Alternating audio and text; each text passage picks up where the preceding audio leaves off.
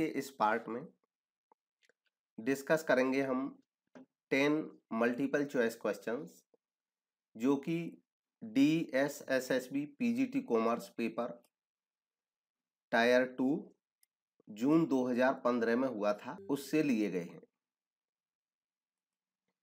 सबसे पहला क्वेश्चन है हमारे सामने।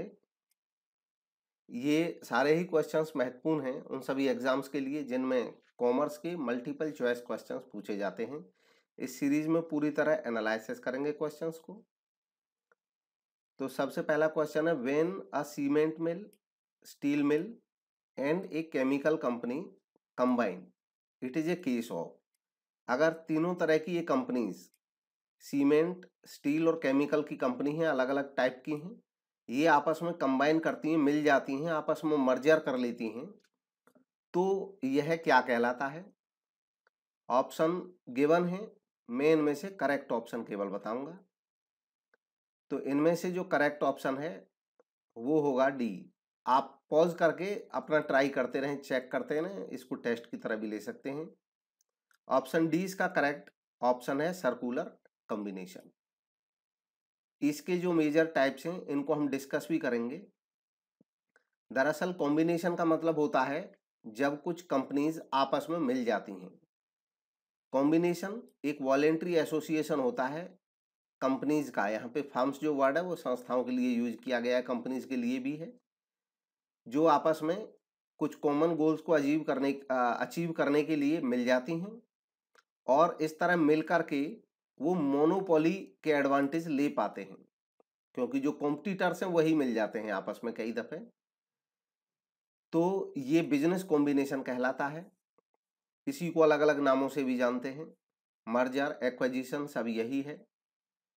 कॉम्बिनेशन रिटर्न या ओरल एग्रीमेंट भी कभी कभी होता है फर्म्स के बीच में। जो मेजर टाइप हैं कॉम्बिनेशन के उनको हम डिस्कस करेंगे, जैसे हॉरिजॉन्टल कॉम्बिनेशन। हॉरिजॉन्टल जब ऐसी कंपनीज जो सेम एक्टिविटी करती हूं, मतलब सेम बिजनेस लाइन में हूं, कॉम्पिटिटिव प्रोडक्ट बनाती हूं, जब वो आपस में मिल जाती हैं तो उसको हॉरिजॉन्टल कॉम्बिनेशन कहते हैं। इसका एग्जाम्पल है जैसे फेसबुक ने एक्विजिशन किया इंस्टाग्राम का जो कॉम्बिनेशन है। नेक्स्ट है वर्टिकल। वर्टिकल कॉम्बिनेशन तब होता है जब कुछ कंपनी सेम इंडस्ट्री में और सक्सेसिव स्टेजेस पे काम करती हों। इंडस्ट्री एक ही है, उसमें अलग अलग स्टेजेस पे काम करती हैं कुछ कंपनीज और आपस में वो मिल जाती हैं, तो वर्टिकल कॉम्बिनेशन कहलाता है। यह बैकवर्ड और फॉरवर्ड कॉम्बिनेशन भी हो जाता है।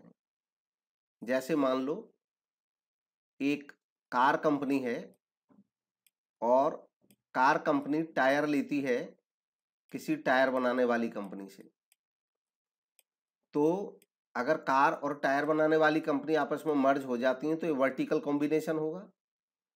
और इसमें इंटीग्रेशन जो होगा या कॉम्बिनेशन जो होगा, इसको हम फॉरवर्ड या बैकवर्ड भी बोल सकते हैं।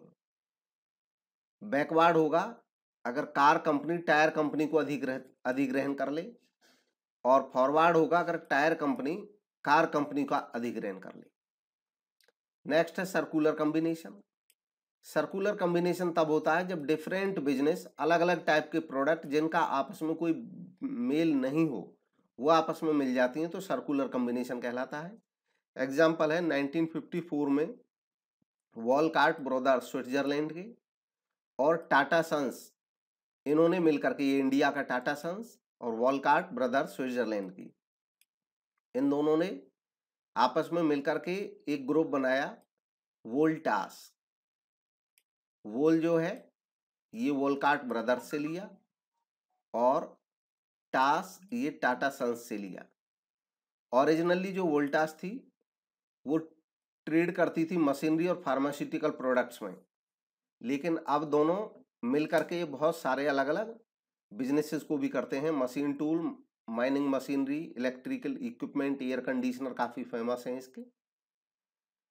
नेक्स्ट होता है डायगोनल इंटीग्रेशन या डायगोनल कॉम्बिनेशन।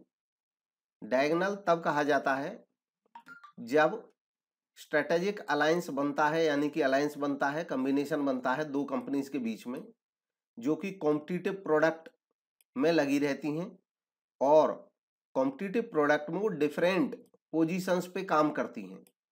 फॉर एग्जांपल, जैसे ये एग्जांपल है कि ब्रास और स्टील, ये कॉम्पिटिटिव प्रोडक्ट हैं, एक दूसरे के कॉम्पिटिटिव प्रोडक्ट हैं। कई जगह स्टील यूज होता है और उन्हीं में कई जगह ब्रास भी यूज हो सकता है। तो पूरी तरह से सब्स्टिट्यूट तो नहीं है, लेकिन क्लोज सब्स्टिट्यूट हैं ये। तो अब ब्रास में जरूरत पड़ती है, ब्रास जो बनता है कॉपर और जिंक से बनता है, और स्टील जो बनता है इसमें आयरन और कोल दोनों की मदद लेनी पड़ती है। तो यहाँ पे वर्टिकल इंटीग्रेशन को भी समझ सकते हैं। वर्टिकल होगा कि जब कोल और स्टील आपस में मिल जाएं या आयरन और स्टील आपस में मिल जाएं, ऐसे ही ये इस तरीके से तो ये वर्टिकल होता है। अब हम यहाँ पे डायगोनल की बात कर रहे हैं, तो अलग अलग स्टेजेज पे काम कर रही हैं। जैसे मान लो स्टील फर्म है एक और एक जिंक फर्म है। अब जिंक और कॉपर दोनों यूज आते हैं ब्रास में। तो जिंक यहाँ पे प्राइमरी स्टेज का एक प्रोड्यूसर है और स्टील का जो प्रोड्यूसर है वो अपने इसमें फाइनल स्टेज का प्रोड्यूसर है। ये आपस में अगर मिल जाते हैं, कॉम्बिनेशन करते हैं, तो ये डायगोनल इंटीग्रेशन कहलाता है। नेक्स्ट है communication between manager and employees known as. एक कंपनी में मैनेजर है कोई और एक कोई एम्प्लॉई है।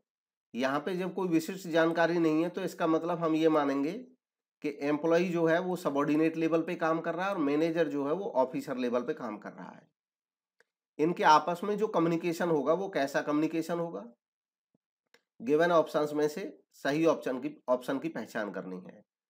तो सही ऑप्शन इसमें होगा ऑप्शन ए, इंटर स्केलर। अब इनको समझ लेते हैं डिटेल में, क्या होते हैं ये। Scalar communication, scalar communication 3 phases में हो सकता है। ये भी कम्युनिकेशन के बहुत सारे अलग अलग बेसिस पर टाइप होते हैं, तो ये भी क्लासिफिकेशन का ही एक टाइप है। इंटरस्केलर, इंट्रास्केलर और एक्स्ट्रा ऑर्गेनाइजेशनल। जो इंटरस्केलर है यह एक 2 वे कम्युनिकेशन होता है और इसका फ्लो रहता है डिफरेंट लेवल्स ऑफ अथॉरिटी में, अथॉरिटी के अलग अलग लेवल्स पे। इसमें शामिल रहता है अपवर्ड कम्युनिकेशन और डाउनवर्ड कम्युनिकेशन। मैनेजर और एम्प्लॉय, मैनेजर जब एम्प्लॉय के पास कम्युनिकेशन भेजेगा तो ये इंटरस्केलर में डाउनवर्ड कम्युनिकेशन होगा, और एम्प्लॉय अपनी कोई समस्या मैनेजर के पास भेजेगा तो ये इंटरस्केलर कम्युनिकेशन में ही अपवर्ड कम्युनिकेशन होगा। जनरली ये middle level management, top level management middle level पे भेजेगा, lower level management middle level पे भेजेगा, आपस में अलग अलग लेवल के मैनेजमेंट इसमें शामिल रहते हैं। नेक्स्ट है इंट्रास्केलर कम्युनिकेशन। इसको क्रॉस कॉन्टैक्ट कम्युनिकेशन भी बोलते हैं और इसी को क्रॉस वाइज भी बोलते हैं या हॉरिजॉन्टल कम्युनिकेशन भी बोलते हैं। जब इंफॉर्मेशन ट्रेवल करता हो 2 डिपार्टमेंटल मैनेजर्स के बीच में या 2 ऐसे पर्सन्स के बीच में जिनका इक्वल रिलेशनशिप हो, इक्वल पोजीशन हो। जैसे एक ऑर्गेनाइजेशन में मान लो एक डिपार्टमेंट का हेड और दूसरे डिपार्टमेंट के हेड के साथ, डिपार्टमेंट 1 का हेड डिपार्टमेंट 2 का हेड आपस में जब कम्युनिकेशन करते हैं तो ये इंट्रा स्केलर कम्युनिकेशन है। नेक्स्ट है एक्स्ट्रा ऑर्गेनाइजेशनल कम्युनिकेशन। कम्युनिकेशन जो टेक प्लेस करता है आउटसाइड पीपल के साथ, बाहर के लोगों के साथ, तो ये एक्स्ट्रा ऑर्गेनाइजेशनल कम्युनिकेशन होगा। इसमें जो मैनेजमेंट है वो कम्युनिकेशन करता है कई दफे वर्कर्स या मैनेजमेंट यूनियन के थ्रू वर्कर्स की फैमिलीज के साथ। वर्कर्स की जो फैमिली है वो बाहर के लोग हो गए, तो मैनेजमेंट जो है या वर्कर्स मैनेजमेंट की फैमिलीज के साथ किसी भी तरह का कोई कम्युनिकेशन करते हैं तो वो बाहर या इसके अलावा भी बाहर के जो ग्रुप्स होंगे उनके साथ जब होगा तो वो एक्स्ट्रा ऑर्गेनाइजेशनल होगा। नेक्स्ट है Indian railway is an example of. भारतीय रेलवे एक उदाहरण है। तो ऑलरेडी आंसर इसका दिख गया पहले ही। ऑप्शन ए इसका करेक्ट है, डिपार्टमेंटल अंडरटेकिंग, एक विभागीय उपक्रम। हालांकि इनका मीनिंग मैं डिस्कस करता हूं सभी का। Departmental undertaking. देखिए डिपार्टमेंटल ये जो दो तरह के ऑर्गेनाइजेशन होते हैं बिजनेस में, एक होते हैं प्राइवेट सेक्टर के, दूसरे होते हैं पब्लिक सेक्टर के। जो पब्लिक सेक्टर के होते हैं, सार्वजनिक क्षेत्र, प्राइवेट यानी कि निजी क्षेत्र। पब्लिक सेक्टर में तीन तरह के ऑर्गेनाइजेशन हो सकते हैं, डिपार्टमेंटल अंडरटेकिंग, पब्लिक कॉरपोरेशन और गवर्नमेंट कंपनी। ध्यान रखना हम बिजनेस ऑर्गेनाइजेशंस की बात कर रहे हैं, व्यावसायिक संगठनों की। तो पब्लिक सेक्टर यानी कि गवर्नमेंट सेक्टर, सरकारी क्षेत्र जिसका मालिक सरकार हो। तो डिपार्टमेंटल अंडरटेकिंग वैसी संस्थाओं को कहा जाता है जो सरकार के अधीन किसी डिपार्टमेंट के तौर पे काम करते हैं डायरेक्ट। ये पब्लिक सेक्टर एंटरप्राइजेज का काफी पुराना और ट्रेडिशनल फॉर्म है।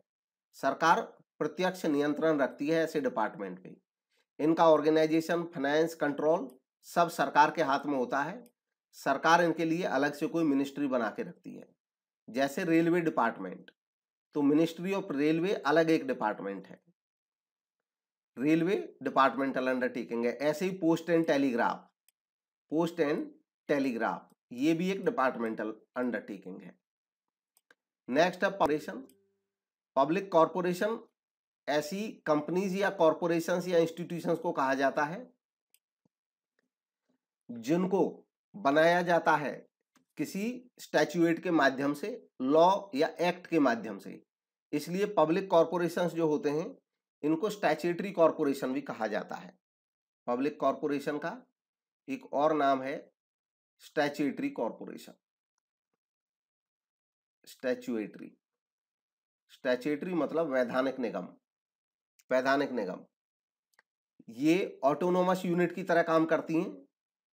ऑटोनोमस मतलब स्वायत्त, क्योंकि इनका निर्माण होता है पार्लियामेंट के किसी एक्ट के माध्यम से नेशनल लेवल पे, और अगर किसी स्टेट गवर्नमेंट के द्वारा बनाया गया है तो स्टेट लेजिस्लेचर के माध्यम से विधानसभा एक्ट बनाती है और पब्लिक कॉर्पोरेशन बनाती है। इसके एग्जाम्पल हैं life insurance corporation of India, LIC। इनमें ज्यादातर जो पब्लिक कॉर्पोरेशन होते हैं लास्ट में इनमें कॉर्पोरेशन वर्ड लगा रहता है। नेक्स्ट है एक गवर्नमेंट कंपनी। पब्लिक सेक्टर का तीसरा महत्वपूर्ण फॉर्मेट है government company. Government company simply एक कंपनी फॉर्म होता है। कंपनी का मतलब ऐसा बिजनेस ऑर्गेनाइजेशन जिसकी स्थापना कंपनीज एक्ट के तहत हुई हो। यह ध्यान रखने वाली बात है। कंपनी किसी बिजनेस ऑर्गेनाइजेशन को बोला जा सकता है अगर उसकी स्थापना कंपनीज एक्ट के माध्यम से हुई है। अगर इसके माध्यम से नहीं हुई है तो वो कंपनी नहीं हो सकता है। तब तो सरकारी कंपनी की स्थापना भी कंपनीज एक्ट के माध्यम से ही होती है।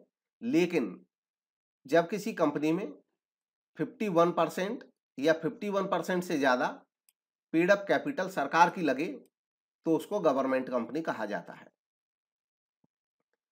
नेक्स्ट क्वेश्चन है which of the following statement is correct. Given options में से कौन सा स्टेटमेंट करेक्ट है उसकी पहचान करनी है। तो ये ऑप्शन दिए हुए हैं, इसमें कुछ मिस्टेक हो गई है हमसे। इसको ए पढ़ें, इसको बी पढ़ें, इसको सी और इसको डी। ये हिंदी में ट्रांसलेट करके एडजस्ट करने में आगे पीछे हो गया है। ये ए है।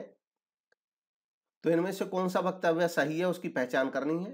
गिवन ऑप्शंस को आप रीड करें और सही जानने की कोशिश करें। आप पॉज करके सही आंसर पहले ट्राई किया करें, फिर देख लें उसके बाद क्या हम बता रहे हैं। तो इनमें से जो सही वक्तव्य है वो है कि responsibility can not be delegated. जिम्मेदारी को प्रत्यायोजित नहीं कर सकते। अथॉरिटी डेलीगेट हो सकती है, ये गलत स्टेटमेंट है। अथॉरिटी और रेस्पॉन्सिबिलिटी एक साथ जाती हैं, और ये जो कैन नॉट इन्होंने कहा ये गलत बात है। दरअसल जब अथॉरिटी कोई ऑफिसर अपने सबऑर्डिनेट को, अथॉरिटी का मतलब होता है power to take decision, power to take decision, निर्णय लेने की क्षमता या आदेश देने की क्षमता, इसको अथॉरिटी कहते हैं, अधिकार। तो जो ऑफिसर होता है उसके पास अधिकार होते हैं। ऑफिसर के पास अधिकार होते हैं तो बहुत सारा काम भी हो जाता है, क्योंकि जो अथॉरिटी होती है, authority creates responsibility. Authority by default creates responsibility, जहां अथॉरिटी होगी वहां रेस्पॉन्सिबिलिटी क्रिएट हो जाती है। आपके पास कोई अधिकार है तो आपकी रेस्पॉन्सिबिलिटी बन जाती है अपने अधिकार का उचित प्रयोग करना। तो ऑफिसर क्या करता है, अपना अधिकार सौंपता है अपने सबॉर्डिनेट को। जब अपना अधिकार, क्योंकि इसके पास बहुत सारे काम हो जाते हैं तो ये कुछ काम सौंप देता है नीचे वाले सबॉर्डिनेट्स को। काम सौंपता है मतलब कोई अपनी अथॉरिटी सौंपता है नीचे वाले को। जब ऑफिसर अपने नीचे वाले को अथॉरिटी सौंपता है तो इसको कहते हैं डेलीगेशन, हिंदी में बोलते हैं भारार्पण, डेलीगेशन। अब जो डेलीगेशन है ये किया जाता है किसी ऑफिसर के द्वारा अपने किसी अधिकार का, अपनी किसी अथॉरिटी का, डेलीगेशन हिंदी में भारार्पण बोलते हैं, भारार्पण। और इसको अधिकारों का प्रत्यायोजन भी कहा जाता है, अधिकारों का प्रत्यायोजन हिंदी में। तो कोई ऑफिसर अपना अधिकार सौंपता है अपने से नीचे वाले को। जब अधिकार सौंपता है तो जैसा हमने बताया था कि ऑटोमेटिकली अधिकार के साथ रेस्पॉन्सिबिलिटी जुड़ी रहती है। जब सबॉर्डिनेट को ये अपना अधिकार सौंपेगा तो अधिकार सबॉर्डिनेट के पास आ गया, और अधिकार का जब फ्लो हुआ सबॉर्डिनेट के पास तो ऑटोमेटिकली क्रिएट हो जाएगी इसकी रेस्पॉन्सिबिलिटी। तो ये जो स्टेटमेंट है तीसरे वाला, authority and responsibility can not go together, ये गलत है, क्योंकि अधिकार जैसे ही जाता है तो रेस्पॉन्सिबिलिटी भी अपने आप चली जाती है। अब रेस्पॉन्सिबिलिटी को डेलीगेट नहीं करते, डेलीगेट तो अधिकार को करते हैं, इसका नाम ही है भारार्पण, अपने भार को, अधिकार को सौंपते हैं। तो ये इसलिए इसमें जो सही स्टेटमेंट है वो ऑप्शन बी है कि responsibility can not be delegated. Responsibility delegate नहीं की जाती है, डेलीगेट तो अधिकार किया जाता है, रेस्पॉन्सिबिलिटी खुद ब खुद ट्रांसफर हो जाती है। अब इसमें ये बी करेक्ट स्टेटमेंट था। इससे रिलेटेड कुछ जो थ्योरी है वो समझ लेते हैं, पढ़ लेते हैं। एब्सोल्यूट रेस्पॉन्सिबिलिटी का जो प्रिंसिपल है और अथॉरिटी का, वो कहता है कि authority can not be delegated but responsibility, authority can be delegated, authority को डेलीगेट किया जा सकता है, लेकिन responsibility and accountability can not be delegated, इनको डेलीगेट नहीं किया जाता है। अथॉरिटी डेलीगेट की जाती है। अब यहाँ पे एक बहुत महत्वपूर्ण इन तीनों का रिलेशन है, अथॉरिटी का और रेस्पॉन्सिबिलिटी का और अकाउंटेबिलिटी का। अथॉरिटी डेलीगेट की जाती है ऑफिसर के द्वारा सबॉर्डिनेट को। अथॉरिटी जब डेलीगेट की जाती है तो जो रेस्पॉन्सिबिलिटी है वो खुद ब खुद इसके साथ साथ ही दोनों मिल करके ऑटोमेटिकली सबॉर्डिनेट के पास चली जाती हैं। लेकिन जो अकाउंटेबिलिटी रहती है वो ऑफिसर की ही बनी रहती है। अल्टीमेट अकाउंटेबिलिटी यानी कि जवाबदेही वो ऑफिसर की बनी रहेगी उस काम के प्रति। Elton Mayo is main contributor to, Elton Mayo management के फेमस थिंकर हैं और उनका योगदान किस में माना जाता है गिवन ऑप्शंस में से, इनको रीड कर लें पॉज करके। तो गिवन ऑप्शंस में जो ऑप्शन डी है वो करेक्ट है, ह्यूमन रिलेशन अप्रोच, मानव संबंध दृष्टिकोण का जनक इनको माना जाता है एल्टन मेयो को। बाकी जो महत्वपूर्ण थ्योरीज है उनके बारे में भी देख लेते हैं। डी इसमें करेक्ट ऑप्शन था। ह्यूमन रिलेशन अप्रोच, मानव संबंध विचारधारा, इसको न्यू क्लासिकल अप्रोच के नाम से भी जाना जाता है, और एल्टन मेयो इसको क्लिनिकल अप्रोच बोलते हैं। इसमें अटेम्प्ट किया, ये एक स्टडी थी एल्टन मेयो की, इसमें इन्होंने एक अटेम्प्ट किया, प्रयोग किया ये एक्सप्लेन करने के लिए कि जो इनफॉर्मल रिलेशन होते हैं, इनफॉर्मल रिलेशन का मतलब होता है जो ऑफिशियल रिलेशन से हटके हों, आपसी संबंध, मैत्रीपूर्ण संबंध एम्प्लॉयर के और एम्प्लॉय के, वो कंसर्न है मॉरल से और psychological rather than legal aspect of an organisation, यानी कि एज पर लॉ तो इसकी कोई रिक्वायरमेंट नहीं होती है, लेकिन मॉरल बनता है, ये सभी का मॉरल ड्यूटी बनती है कि जो इनफॉर्मल रिलेशन है वो अच्छे किए जाएं। और साइकोलॉजिकल है, साइकोलॉजिकल है मतलब कि जब ये रिलेशन अच्छे रहेंगे तो उसके रिजल्ट अच्छे मिलते हैं। मानव संबंध विचारधारा इसलिए कहा जाता है क्योंकि इन्होंने इस बात पे जोर दिया था कि एम्प्लॉयर और एम्प्लॉयर के बीच में जब अच्छे संबंध रहेंगे, मैनेजर और उसके सबऑर्डिनेट के बीच में अच्छे संबंध रहेंगे तो परफॉर्मेंस भी अच्छी आएगी। नेक्स्ट है महत्वपूर्ण इसमें थ्योरी ब्यूरोक्रेटिक मैनेजमेंट, अफसरशाही विचारधारा इसको कहा जाता है। इसके प्रोपाउंडर हैं इस थ्योरी के German sociologist max weber. Weber की ब्यूरोक्रेसी के नाम से इसको जाना जाता है। उन्होंने डिस्क्राइब किया ब्यूरोक्रेसी के कैरेक्टरिस्टिक्स और ऑफर किया एक्सप्लेनेशन इसके हिस्टोरिकल इमरजेंस के लिए कि ब्यूरोक्रेटिक इंस्टीट्यूशंस कैसे इमरजेंट हुई, कैसे अस्तित्व में आई। इसमें उन्होंने बताया स्ट्रक्चरिंग एंड ऑर्गेनाइजेशन, एक ऑर्गेनाइजेशन का स्ट्रक्चर करना एक हायरार्की में, पद अनुक्रम यानी कि डिफरेंट पोजीशंस, टॉप पोजीशंस, उनके अंडर पोजीशन, उनके अंडर पोजीशंस, यानी कि ये इसके अंडर रहेगा, ये इसके अंडर रहेगा। तो ये थ्योरी क्योंकि ये बताती है कि लोग एक हायरार्की में काम करते हैं और clearly defined rules to help govern an organisation and its members, rule clear बताना कि गवर्न कैसे किया जाएगा, सत्ता कैसे चलाई जाएगी, इसलिए इसको अफसरशाही या ब्यूरोक्रेटिक मैनेजमेंट कहा जाता है क्योंकि इसने पद संबंधों पे ज्यादा जोर दिया, हायरार्की पे ज्यादा जोर दिया, सबऑर्डिनेट और ऑफिसर के रिलेशन पे ज्यादा जोर दिया। नेक्स्ट है classical management theory. Classical management theory based इस बिलीफ पे है कि जो वर्कर्स होते हैं उनकी फिजिकल और इकोनॉमिक नीड होती हैं, केवल इन नीड्स की पूर्ति के लिए वो काम करते हैं, फुलफिलमेंट के लिए। यह सोशल नीड को ध्यान में नहीं रखती है या जॉब सेटिस्फैक्शन को ध्यान में नहीं रखती है, बल्कि यह एडवोकेट करती है लेबर स्पेशलाइजेशन के बारे में, लीडरशिप सेंट्रलाइज होनी चाहिए इसके बारे में, और डिसीजन मेकिंग के बारे में, और प्रॉफिट मैक्सिमाइजेशन के बारे में। क्लासिकल ऑर्गेनाइजेशन थ्योरी में शामिल हैं जो मेजर थ्योरीज हैं साइंटिफिक मैनेजमेंट अप्रोच, जो लोगों को मशीनों की तरह समझती है कि उनको हम मशीनों की तरह देखभाल करें और उनसे ज्यादा से ज्यादा फिर काम लें। वेबर के ब्यूरोक्रेटिक अप्रोच, अफसरशाही विचारधारा कि ऑफिसर और सबऑर्डिनेट और ऑफिसर अपने अधिकार से काम कराए सबऑर्डिनेट से। एंड एडमिनिस्ट्रेटिव थ्योरी, प्रशासन की थ्योरी। ये क्लासिकल मैनेजमेंट थ्योरीज के ये हिस्से हैं, ये भी जो अप्रोच हैं ये क्लासिकल मैनेजमेंट की थ्योरी के अंतर्गत आती हैं। नेक्स्ट है अगला question, which is the apex bank for agricultural credit in India. Bharat में एग्रीकल्चर के लिए जो ऋण देता है उसमें से टॉप, एपेक्स का मतलब उच्च कोटि का, सीड्स बैंक कौन सा है? तो गिवन ऑप्शंस में से सही ऑप्शन है सी, नाबार्ड। बाकियों के बारे में भी थोड़ा जान लेते हैं। नाबार्ड इस्टेब्लिश हुआ 12 जुलाई 1982 को, 12 जुलाई 1982 को, और नाबार्ड में आरबीआई के जो फंक्शन थे एग्रीकल्चर लेंडिंग के काम, इससे पहले आरबीआई की स्वयं एक ब्रांच थी जो एग्रीकल्चर लेंडिंग का काम करती थी, और एआरडीसी नाम से agriculture refinance and development corporation एक कॉर्पोरेशन थी जो रीफाइनेंस का काम करती थी लोन के। इन दोनों कामों को मिलाकर के एक संस्था बना दी नाबार्ड। ऑर्गेनाइजेशन सेटअप इसका इनिशियली शुरुआत में 100 करोड़ रुपीस से इसको बनाया गया था, 100 करोड़ रुपए की पूंजी से, और लेट श्रीमती इंदिरा गांधी पीएम थी उस समय।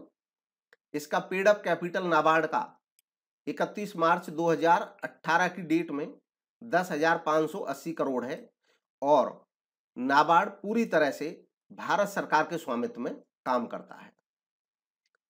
नेक्स्ट है रिजर्व बैंक ऑफ इंडिया। ये भारत का सेंट्रल बैंक है, केंद्रीय बैंक है, और भारत की मॉनेटरी अथॉरिटी है, यानी कि जो मॉनेटरी पॉलिसी होती है वो आरबीआई बनाता है भारत के लिए।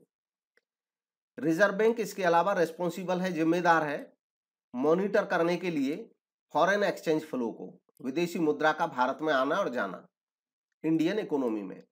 इसके अलावा फॉरेन करेंसी के जो एक्सचेंज रेट हैं उनको मैनेज करने के लिए, और बैंक्स और नॉन बैंकिंग फाइनेंशियल इंस्टीट्यूशंस के फंक्शंस को सुपरवाइज करने के लिए, ये भी आरबीआई के अंतर्गत आ जाता है, आरबीआई की जिम्मेदारी है।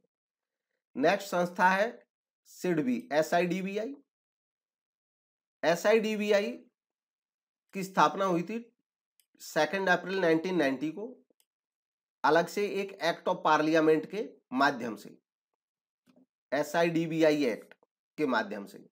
इसकी स्थापना हुई थी भारत में micro small and medium enterprise sector को फाइनेंसिंग हेल्प देने के लिए और इनके डेवलपमेंट के लिए। नेक्स्ट है आईडीबीआई। आईडीबीआई की स्थापना हुई थी 1964 में।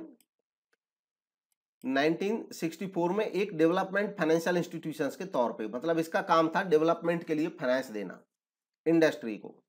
यह प्रोवाइड करता था क्रेडिट और दूसरी फाइनेंशियल फैसिलिटी इंडियन इंडस्ट्री के डेवलपमेंट के लिए। इसके अलावा नेक्स्ट क्वेश्चन है manipulation in CRR enables the RBI to.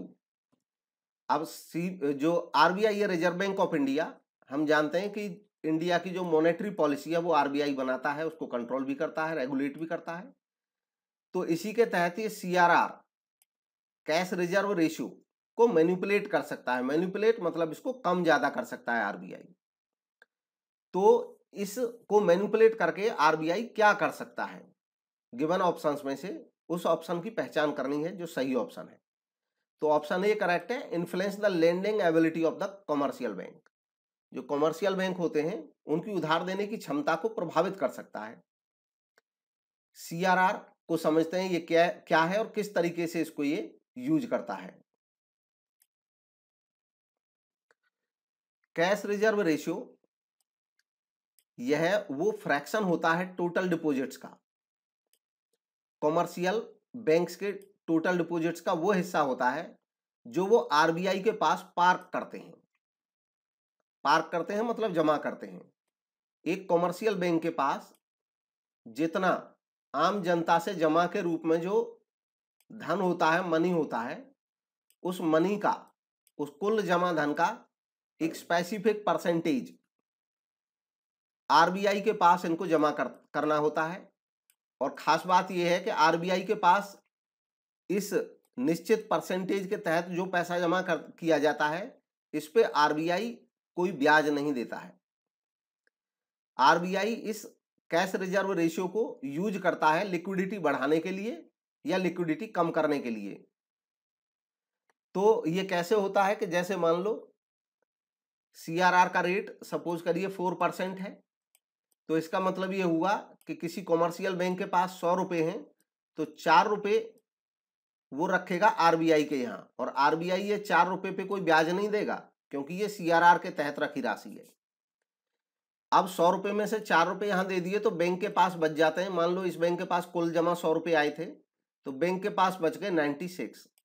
अब इस 96 में से भी वो एसएलआर वगैरह का भी पैसा रखता है, स्टैट्यूटरी लिक्विडिटी रेशियो।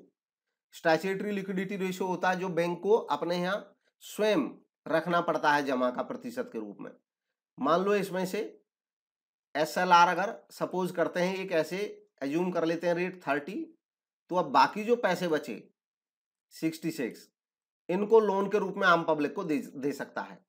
तो आरबीआई क्या कर सकता है, आरबीआई चाहता है कि आम पब्लिक में ज्यादा पैसा जाए तो ये इस सीआरआर को 4 की बजाय 3 कर सकता है। तो इसके पास 1 रुपया एक्स्ट्रा बढ़ जाएगा और ये 1 रुपया एक्स्ट्रा 67, अब ये करोड़ में होता है तो करोड़ का इसमें फर्क पड़ जाता है टोटल जमा का, कुल जमा का, तो ज्यादा फ्लो हो जाता है मार्केट में। जब ये इसको कम करना चाहता है तो सीआरआर को बढ़ा देता है, यानी कि ज्यादा पैसा अपने यहाँ जमा करने के लिए कहता है बैंकों से।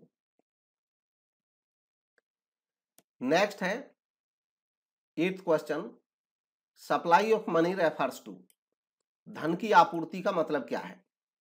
गिवन जो ऑप्शन है इनको रीड कर लें पॉज करके और सही को निशान लगाने की कोशिश करें। इसमें जो सही ऑप्शन है वो है option A, total money held by the public. जनता के पास जो कुल पैसा होता है, आम जनता के पास, हाउस होल्ड के पास, लोगों के पास, उसका मतलब होता है मनी की सप्लाई इकोनॉमी में। इसमें से मनी सप्लाई क्या है, इसका मतलब होता है वो मनी की राशि, अमाउंट जो सर्कुलेशन में रहती है इकोनॉमी में एक निश्चित अवधि में। ये टोटल स्टॉक होता है मनी का जो कि लोगों के पास होता है, हाउस होल्ड के पास, फर्म्स के पास और इंस्टीट्यूशंस के पास। इसमें वो मनी इंक्लूड नहीं रहता है जो सेंट्रल बैंक या कॉमर्शियल बैंक्स के पास रहता है। नेक्स्ट है ऑप्शनल मनी इज ए। वैकल्पिक पैसा, ऑप्शनल मनी क्या है? तो जो गिवन ऑप्शंस हैं इनमें से चेक करें ऑप्शनल मनी क्या है। गिवन ऑप्शन दिए हैं यहाँ पे, इनमें करेक्ट ऑप्शन है option B, non legal tender money. अब नॉन लीगल टेंडर मनी का मतलब क्या है? नॉन लीगल टेंडर मनी को समझने से पहले लीगल टेंडर मनी को समझना चाहिए। लीगल टेंडर मनी क्या है? लीगल टेंडर मनी का मतलब उन सभी नोट्स या कॉइन्स से होता है जो किसी देश में सभी लोग लीगली बाइंड होते हैं उसको एक्सेप्ट करने के लिए मीडियम ऑफ एक्सचेंज के रूप में। जैसे इंडिया में अगर रुपए का 100 रुपीज का नोट है, 500 का कोई नोट है, तो इन नोट को, ये करेंसी के जो नोट है या 10 रुपीज का नोट है, 20 रुपीज का नोट है जो दिखने में आते हैं, या 50 रुपीज का नोट है, ये सब लीगल टेंडर मनी है। इसका मतलब ये है कि इनको लेने से कोई मना नहीं कर सकता है, ये लीगल टेंडर मनी है। इवन रुपी, 1 रुपए का नोट है, 5 रुपीज का नोट है, इनको लेने से कोई मना नहीं करता है, हम पेमेंट करते हैं। और अगर इनकी कंडीशन मतलब सही है, ऐसा नहीं कि फटा हुआ है, तो कंडीशन सही है तो कोई भी इनको लेने से मना नहीं करता है, इसलिए ये लीगल टेंडर मनी होते हैं। लीगल टेंडर मनी नहीं रहने का मतलब होता है कि ये नोट अब प्रचलन में नहीं रहेंगे, इनकी कोई लीगल मान्यता नहीं रहेगी। जैसे जब नोटबंदी हुई इंडिया में तो क्या हुआ था, जो लीगल टेंडर था उसके लिए ये कह दिया गया था कि अब ये लीगल टेंडर नहीं होगा। लीगल टेंडर नहीं होने का मतलब है कि अब इनको कानूनी रूप से लेने और देने के लिए कोई बाध्य नहीं है। अब जब कोई लेने के लिए बाध्य नहीं है तो कोई स्वयं भी नहीं देगा उस पैसे को।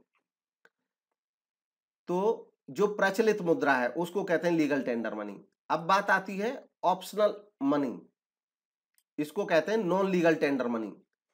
ऑप्शनल मनी को नॉन लीगल टेंडर मनी भी कहा जाता है। इसका मतलब ये कोई इलीगल नहीं है ऑप्शनल मनी, बट ये नॉन लीगल है। Legal, non legal, illegal. Legal जो होता है उसकी लीगल बैकिंग होती है, उसको लेने से मना नहीं कर सकता। नॉन लीगल मतलब कानून नहीं कहता कि आपको लेना पड़ेगा, आप मना भी कर सकते हैं। इलीगल जो होता है वो गैर कानूनी होता है, उसमें लेन देन करोगे तो आपको कानून सजा दे सकता है, पनिश कर सकता है। तो नॉन लीगल टेंडर मनी का मनी के उन ऑप्शन से होता है जिनको लेने के लिए कोई बाध्य नहीं कर सकता है। इसमें आ जाते हैं cheque, bank draft, bill of exchange, postal order. मतलब ये अपनी मर्जी से लोग लेन देन करते हैं, कोई बाध्य नहीं कर सकता है कि आपको हमसे चेक लेना पड़ेगा या बिल ऑफ एक्सचेंज लेना पड़ेगा। नेक्स्ट है लिमिटेड लीगल टेंडर। अब ये जो लिमिटेड लीगल टेंडर होता है, ये लीगल टेंडर मनी तो होता है लेकिन इसकी एक लिमिट रहती है कि आप बहुत बड़ी अमाउंट इसमें पे नहीं कर सकते हैं। इंडिया में जो कॉइन होते हैं ये लिमिटेड लीगल टेंडर मनी होते हैं, कि ऐसा नहीं कि आपको किसी को 50 लाख रुपए देने हैं और आप कह दें कि मैं तो 1 रुपए के सिक्कों में ही पेमेंट करूंगा सारी, तो इसको लेने से कोई पर्सन मना कर सकता है। नेक्स्ट है full bodied money. Full bodied money का मतलब होता है ऐसा मनी जिसकी इंट्रिंसिक वैल्यू, जिसका आंतरिक मूल्य भी उसी मूल्य के बराबर हो जिस मूल्य पे उसका लेन देन हो रहा है। अब देखिए आजकल हम जो करेंसी नोट यूज करते हैं ये फुल बॉडीड नहीं होते हैं, क्योंकि इनकी कीमत तो कुछ है ही नहीं। इवन जो कॉइन होते हैं वो भी फुल बॉडीड नहीं होते हैं, उनका भी मूल्य नहीं होता है। पुराने समय में जो गोल्ड कॉइन रहते थे वो फुल बॉडीड मनी रहते थे, क्योंकि उनका जो प्राइस होता था जनरली, तो गोल्ड का जो वेट होकर के उस गोल्ड का जितना रेट था उतना ही वो प्राइस में भी चलता था, उसको फुल बॉडीड मनी कहते हैं। जब अगर हम उस सिक्के को, जिस सिक्के को हम मान लो यूज कर रहे हैं, एक सिक्का है मान लो 10 रुपए का, उसको हम यूज कर रहे हैं, तो अगर इस 10 रुपए के सिक्के को पिघला दें तो इसका जो मेटल है वो भी 10 रुपए में ही बिकेगा। ये फुल बॉडीड मनी होता है, इसकी इंट्रिंसिक वैल्यू बराबर होती है। नेक्स्ट है क्वेश्चन, अगर आरबीआई चाहता है to decrease the money supply in order to check inflation, देश में इन्फ्लेशन है, मान लो महंगाई है, और आरबीआई चाहता है इस पे कंट्रोल करना, तो आरबीआई कैसे कर सकता है?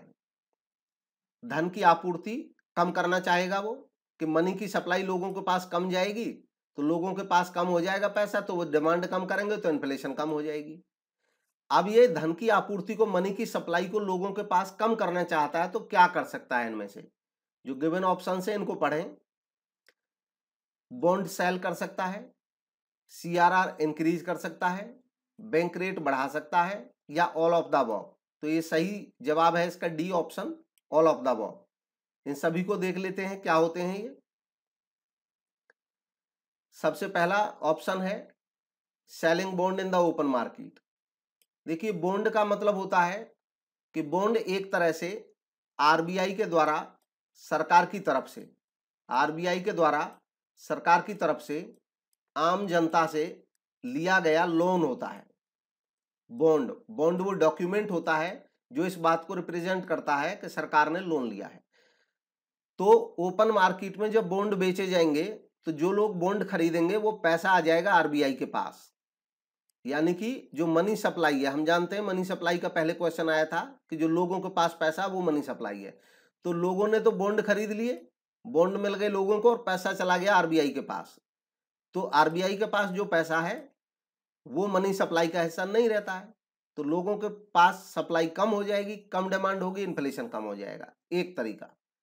दूसरा है इंक्रीज इन सीआरआर, सीआरआर बढ़ा करके। सीआरआर अभी हमने डिस्कस किया था कि बैंकों के पास जमा के रूप में 100 रुपए हैं, तो सरकार कहती है कि आप 4 रुपए इनमें से हमें दे दो, हमारे यहाँ जमा करके रखो। हालांकि इस पे कोई ब्याज नहीं देता है जो आरबीआई है, रिजर्व बैंक ऑफ इंडिया। सरकार को रिप्रेजेंट करता है ये मॉनेटरी पॉलिसी के मामले में, मॉनेटरी पॉलिसी यही चलाता है, मौद्रिक नीति आरबीआई। तो आरबीआई कहता है 4 रुपए हमारे यहाँ जमा कर दो।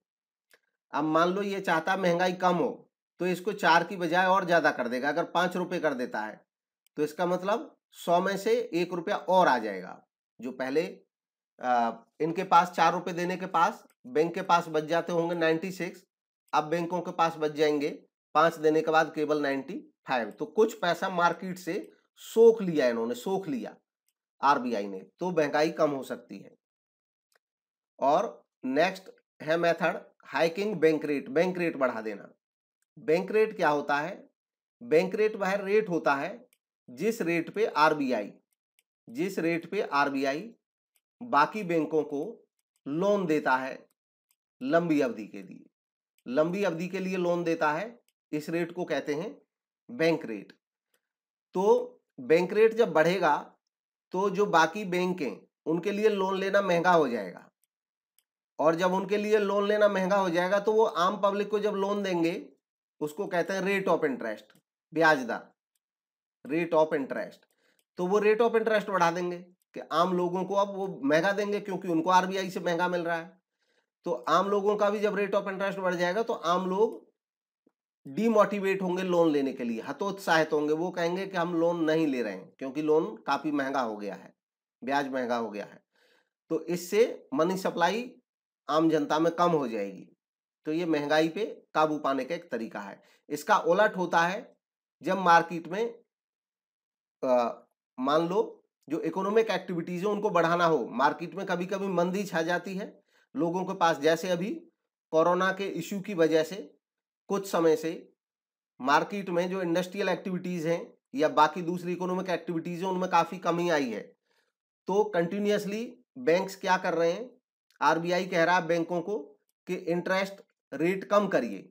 इंटरेस्ट रेट कम करने से लोग ज्यादा लोन मांगेंगे, लोग ज्यादा लोन मांगेंगे तो उनके पास पैसा जाएगा, पैसा जाएगा तो लोग डिमांड करेंगे, जब डिमांड करेंगे तो मार्केट में जो प्रोड्यूसर्स हैं उनके पास डिमांड ज्यादा आएगी, प्रोड्यूसर्स के पास ज्यादा डिमांड आएगी तो प्रोड्यूसर प्रोडक्शन बढ़ाएंगे, प्रोडक्शन बढ़ाएंगे तो लोगों को एम्प्लॉयमेंट मिलेगा, रोजगार मिलेगा, और इस तरह इकोनॉमी फिर से चल पड़ेगी। तो ये था डिस्कशन आज के एमसीक्यूज के बारे में। नेक्स्ट सीरीज में फिर से कुछ क्वेश्चंस लेकर आएंगे इसी तरीके से। आप जरूर बताएं कमेंट के माध्यम से वीडियो आपको कैसा लगा, आप अपनी राय भी दे सकते हैं। Thank you for watching.